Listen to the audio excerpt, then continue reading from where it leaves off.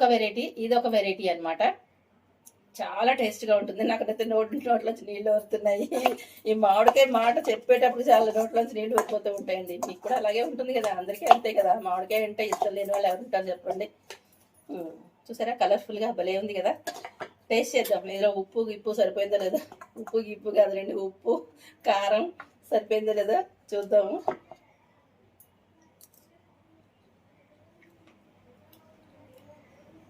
ఇప్పటికైతే పర్ఫెక్ట్గా సరిపోయిందండి. ఊరిన తర్వాత ఏమన్నా తక్కువ అవుతుందేమో తెలియదు, అన్నంలో కలుపుకుంటే ఏమన్నా తక్కువ అవుతుందేమో తెలియదు, కానీ ఇప్పటికైతే ఎక్సలెంట్గా ఉంది. ఆ కరివేపాకు వేగిన తర్వాత బాగా వేగింది కదా. కరివేపాకు కూడా నేను శుభ్రంగా కడిగి వేసుకుని ఆరబెట్టుకున్నాను. నేను ఎండలో పెట్టుకుంటాను అనమాట. ఎండలో పెట్టుకున్నది అది దీంట్లో వేసుకుంటూ ఉంటాను. ఒక నిమిషం కరివేపాకు కూడా మీకు చూపిస్తాను చూడండి. ఇదిగోండి, ఇట్లా ఎండలో పెట్టేసుకుంటాను కరివేపాకు. చూసారా